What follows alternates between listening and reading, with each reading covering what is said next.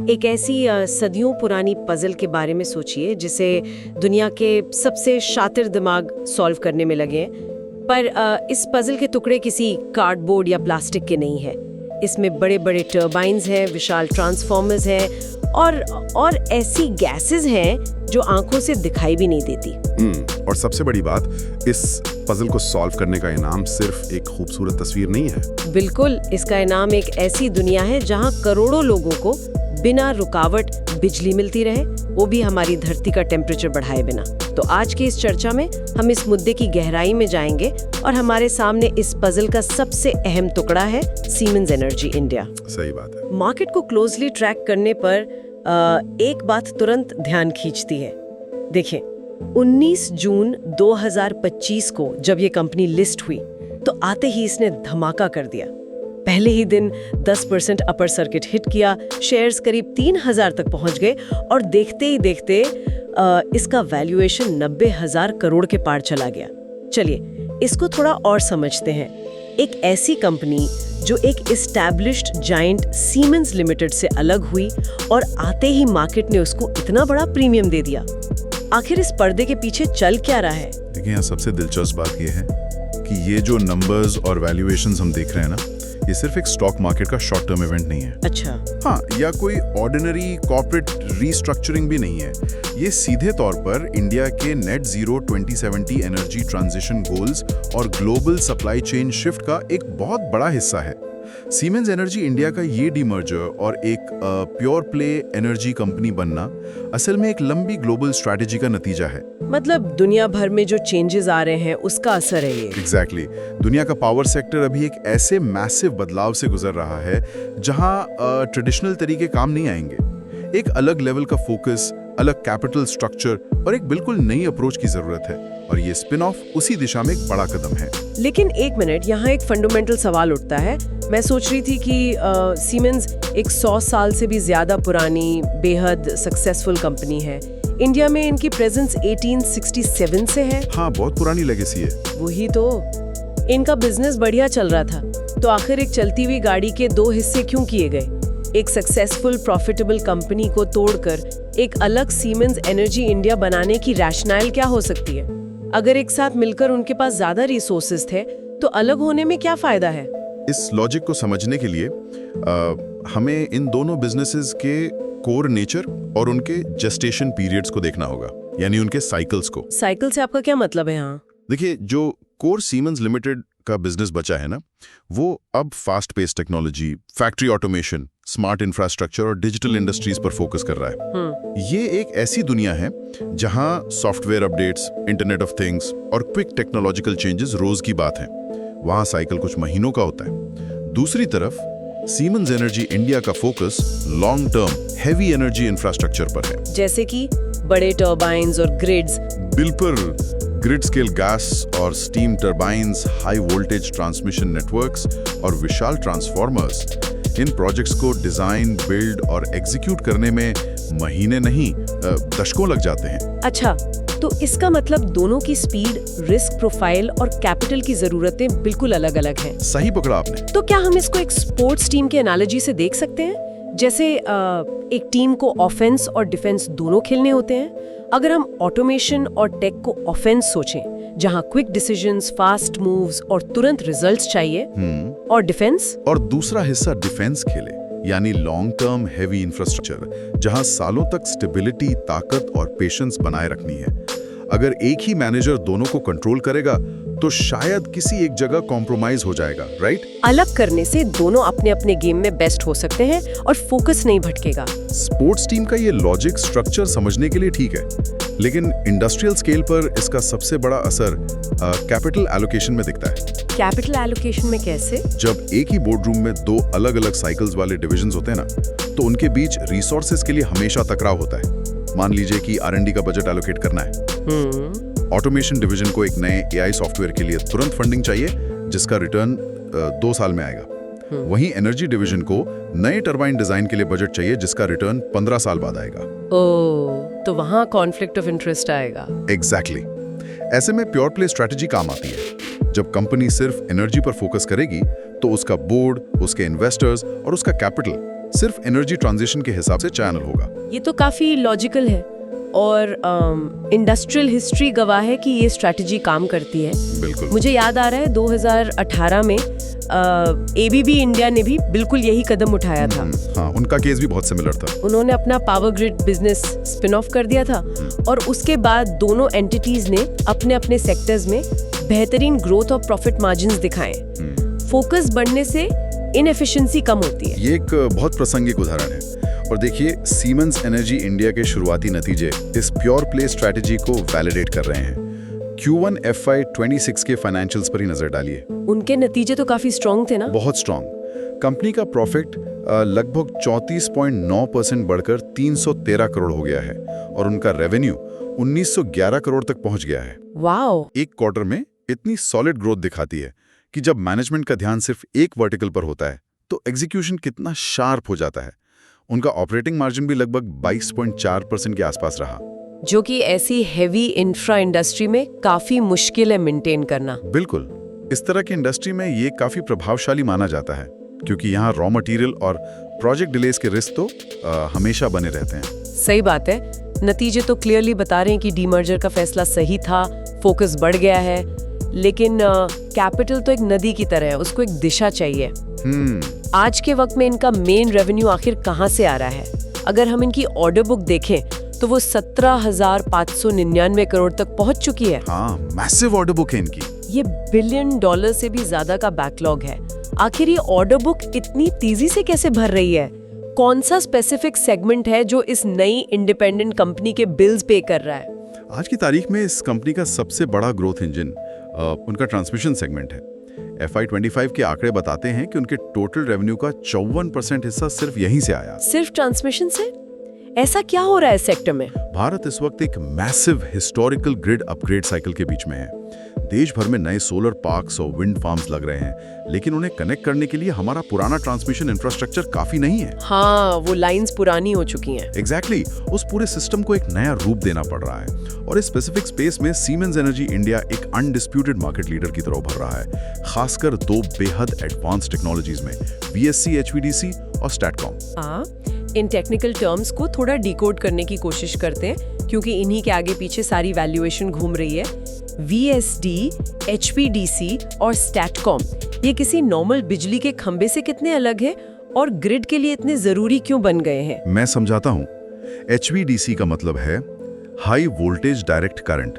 Traditionally हमारा grid AC यानी alternating current पर चलता है, जो हमारे घरों में आता है। हाँ, लेकिन जब बिजली को हजारों किलोमीटर दूर ट्रांसफर करना हो, मिसाल के तौर पर राजस्थान के किसी दूर दराज रेगिस्तान में लगे सोलर पार्क से मुंबई जैसे मेगा सिटी तक, तो नॉर्मल AC लाइंस में स्किन इफेक्ट और कैपेसिटिव लॉसेस की वजह से बहुत एनर्जी रास्ते में ही वेस्ट हो जाती है। ओह, यानी लॉस ज्यादा होता है AC में लॉन्ग डिस्टेंस पर। बिल्कुल।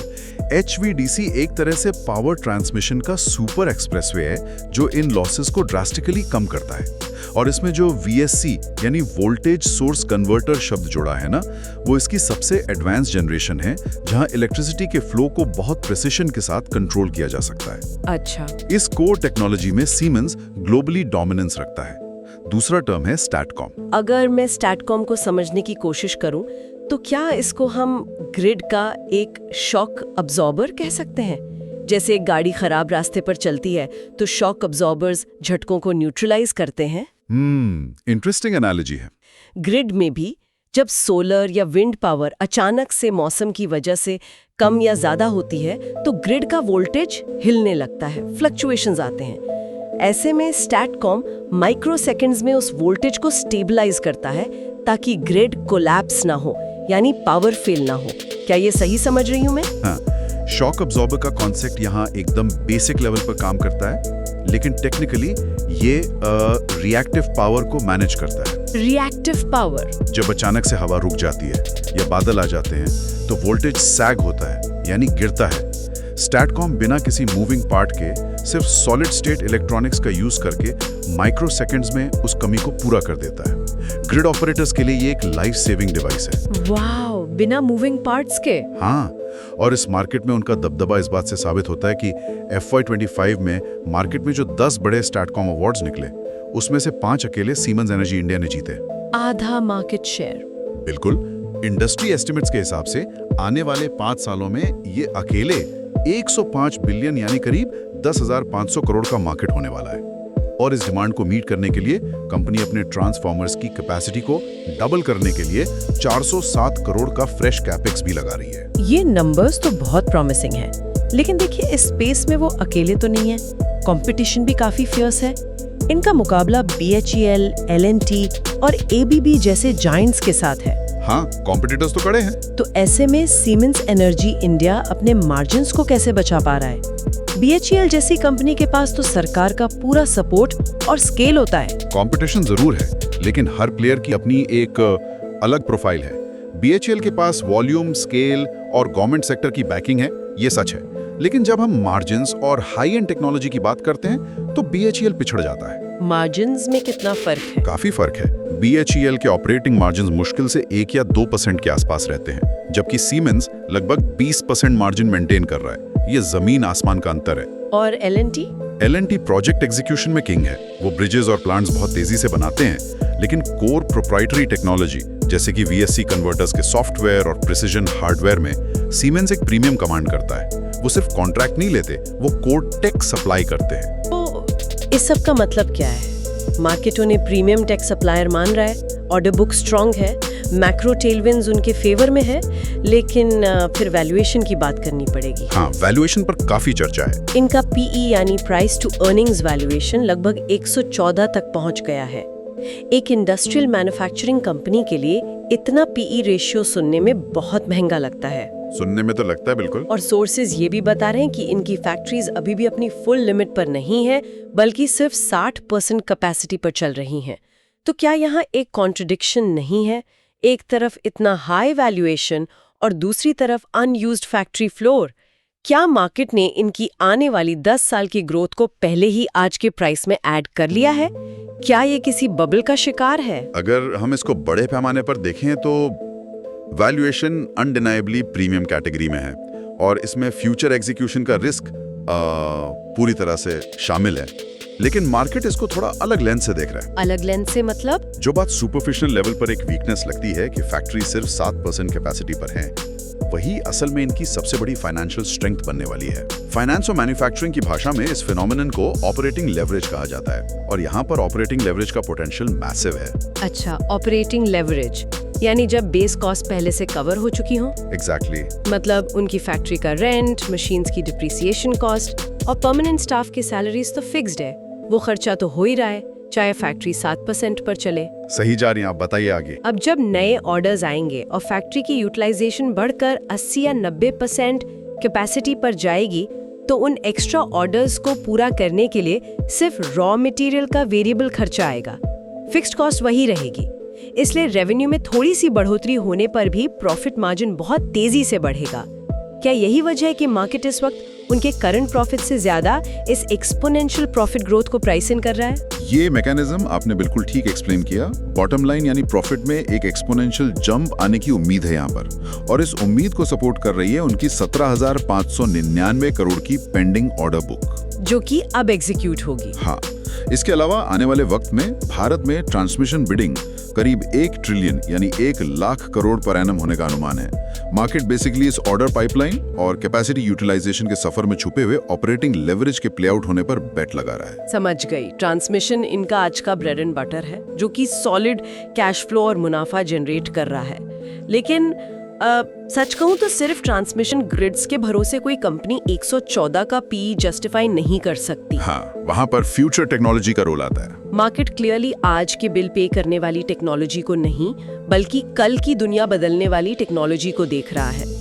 और सोर्सेस को डीपली एनालाइज करते वक्त जो एक कॉन्सेप्ट बार बार सेंटर स्टेज पर आया, जिसने अटेंशन सबसे ज्यादा ग्रैब की, वो है ग्रीन हाइड्रोजन।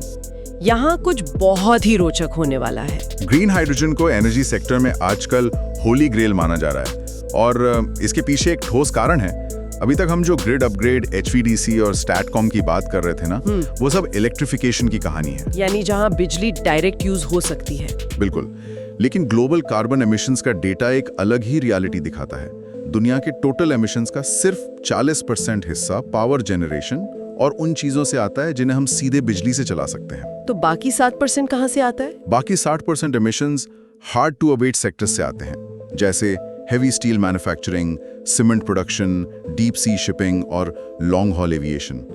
इन हेवी इंडस्ट्रीज को आप सीधे लिथियम आयन बैटरी लगाकर नहीं चला सकते। हाँ, एक बड़े कार्गो शिप को बैटरी से चलाना इम्पॉसिबल है आज के टाइम में। सही बात है। इन्हें हाई डेंसिटी हीट और ऐसी एनर्जी चाहिए जिसे स्टोर और ट्रांसपोर्ट किया जा सके। वहाँ इलेक्ट्रॉन से काम नहीं बनता, वहाँ मॉलिक्यूल्स की जरूरत होती है। और यहीं पर ग्रीन हाइड्रोजन हीरो बनकर आता है। सीमेंस एनर्जी इंडिया के फ्यूचर रोड मैप में एक स्पेसिफिक टेक्नोलॉजी का बहुत विस्तार से जिक्र है, PEM, यानी प्रोटॉन एक्सचेंज मेम्ब्रेन इलेक्ट्रोलिसिस। हाँ, ये इनका ट्रम्प कार्ड है। इसको समझने के लिए एक दूसरी एनालॉजी ट्राई करते हैं। पुरानी टेक्नोलॉजी को छोड़ देते हैं।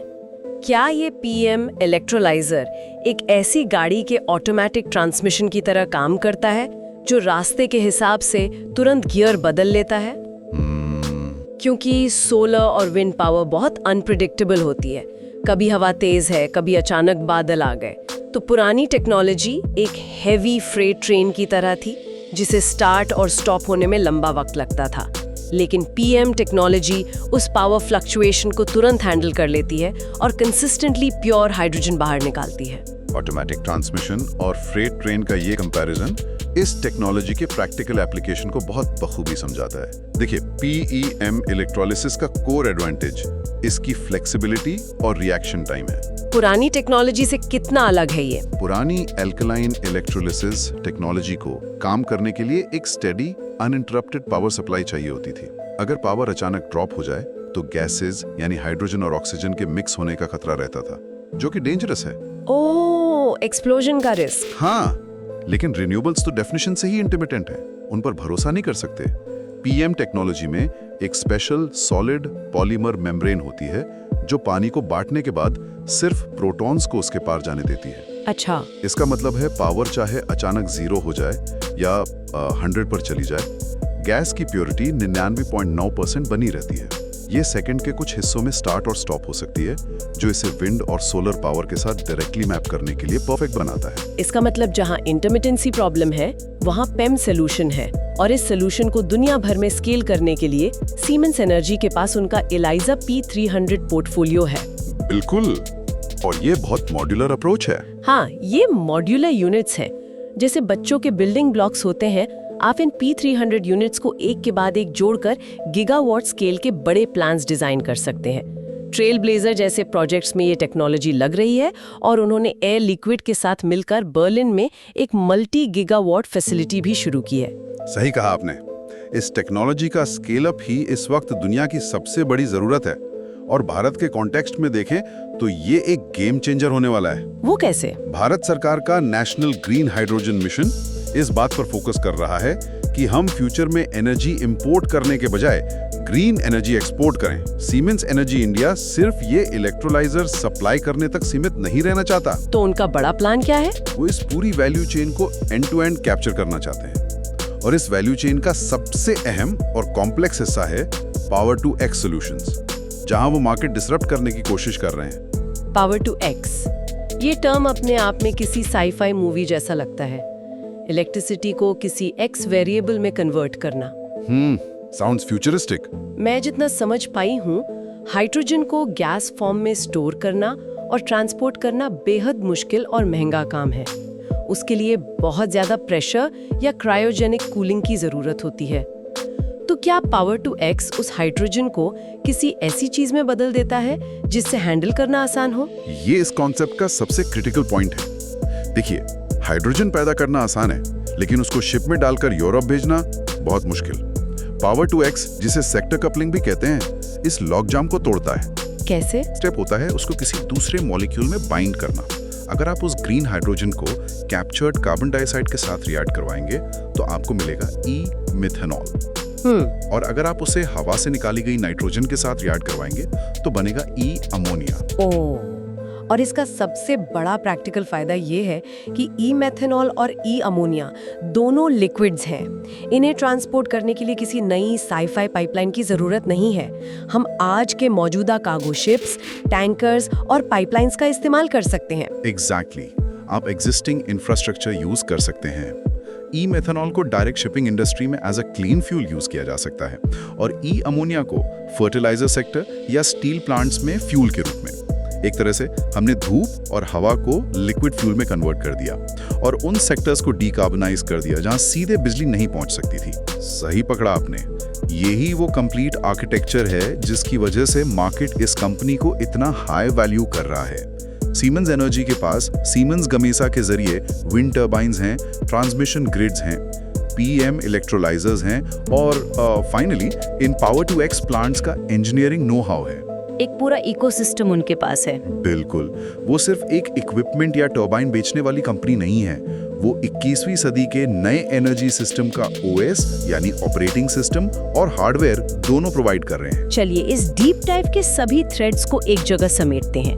हमने शुरुआत की थी डीमर्जर के रैशनल से, कैसे एक प्योर प्ले स्ट्रैटेजी उन्हें शॉर्ट टर्म ऑटोमेशन से अलग करके लॉन्ग टर्म हेवी इंफ्रास्ट्रक्चर पर पेशेंटली फोकस करने की आजादी देती है।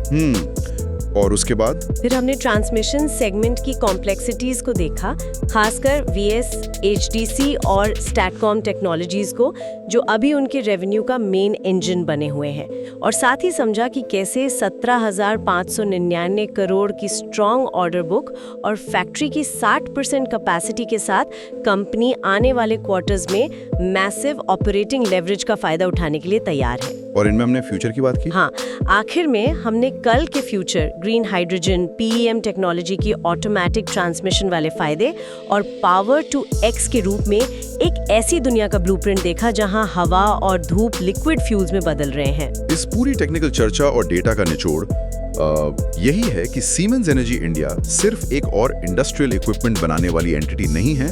ये कंपनी भारत के एनर्जी ट्रांजिशन, ग्रिड स्टेबिलिटी और हार्ड टू अबेट सेक्टर्स की डीकार्बनाइजेशन की एक मजबूत नींव तैयार कर रही है। सही बात। मार्केट डायनामिक्स को क्लोजली एनालाइज करने वालों के लिए ये एक परफेक्ट केस स्टडी है कि कैसे स्टेबल लॉन्ग टर्म इंफ्रास्ट्रक्चर और कटिंग एज फ्यूचरिस्टिक टेक जैसे हाइड्रोजन, इनका कॉम्बिनेशन एक देश की एनर्जी सिक्योरिटी को नए सिरे से लिख सकता है।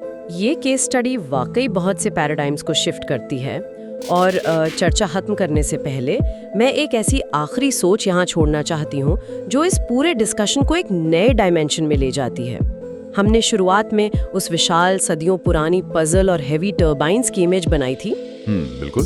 लेकिन जैसे जैसे हमारा पावर ग्रिड मौसम पर निर्भर रिन्यूएबल्स और ग्रीन हाइड्रोजन पर शिफ्ट होता जाएगा, उसमें उतार चढ़ाव इतने फास्ट और कॉम्प्लेक्स होंगे जिन्हें मैन्युअली मैनेज करना असंभव होगा। तो क्या आने वाले वक्त में ये so called energy companies heavy machinery बनाने वाली फैक्ट्री कम और एक एडवांस्ड एआई और सॉफ्टवेयर नेटवर्क ज्यादा बन जाएंगी? ये बहुत ही प्रोफाउंड थॉट है। एक ऐसा आर्टिफिशियल ब्रेन, एक ऐसी इंटेलिजेंस जो माइक्रो सेकेंड्स में ग्रिड के हजारों नोड्स, इलेक्ट्रोलाइजर्स और ट्रांसमिशन लाइंस को डेटा के जरिए बैलेंस करेगी। हार्डवेयर सिर्फ हाथ पैर होंगे, असली वैल्यू उस सॉफ्टवेयर ब्रेन की होगी। ये एक ऐसी पजल है जिसका आखिरी टुकड़ा अभी अपनी जगह पर आना बाकी है। इस रोचक विषय पर अपनी रिसर्च और सोच विचार जारी रखिए। जल्द ही मिलेंगे एक नए विश्लेषण के साथ।